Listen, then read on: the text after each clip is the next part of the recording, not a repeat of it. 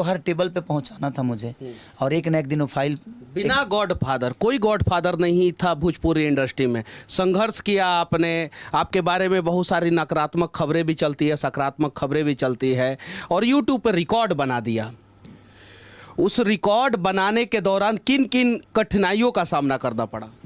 मनीष भाई देखिए, कोई भी अगर चीज़ें कठिनाई आती है ना, तो मुझे लगता है कि वो हमारे लिए कहीं ना कहीं एक संदेश दे के जाती है और हमें संभलने का मौका देती है वो।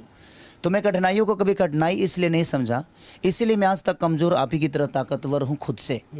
और मेरे अंदर ताकत एक जनता की है, जिस तरह आप भी जनता के आज एक ऐसे इंसान हैं कि जनता की ही बातें करते हैं। हमारा अस्तित्व आज है तो हमारी जनता है, उसके अलावा हमारे पास कुछ नहीं है। और कठिनाइयाँ जो भी हुई, मैं तो कई लोगों के घर पे नौकर भी रहा हूँ। हमारे गुड्डू रंगीला का आप नाम सुने ही होंगे, उनके घर पे मैं 3-4 महीना तो खाना भी बनाया हूँ, झाड़ू पोछा भी लगाया हूँ। लाज नहीं लागत ये बात कहे में?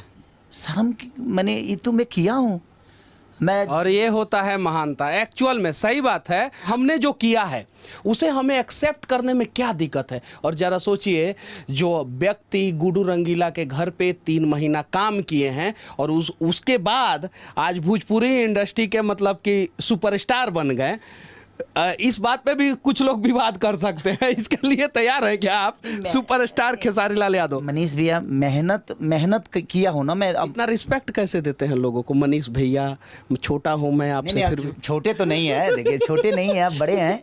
आज आपका औहदा भी बड़ा हो, समाज के एक आप ऐसे आईना हैं, जिस आईना को फिट करने के लिए आज आप अगर आईना बने हैं तो पूरी दुनिया को भी दिखा दें और आप खुद को भी देखते हैं।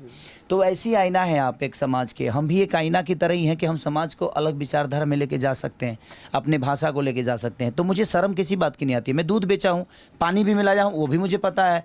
मैं लिट्टी बेचता, पानी भी मिलाया हूँ। हाँ। कितना कितना पानी मिलाए थे? अब 1 किलो में 1 पौवा पानी मिला होता है, दूसरा काम। 1 किलो में 1 पौवा पानी मिलावत रहनी। अच्छा, बस जब हमारे 2.5 रुपया में हमारे पार्ले जी बिस्कुट मिल जाओ तो ओकरा के आदमी खा के अपन जीवन चलावत रहे। ऐसे जब बड़ा गरीबी बहुत ज़्यादा रहे।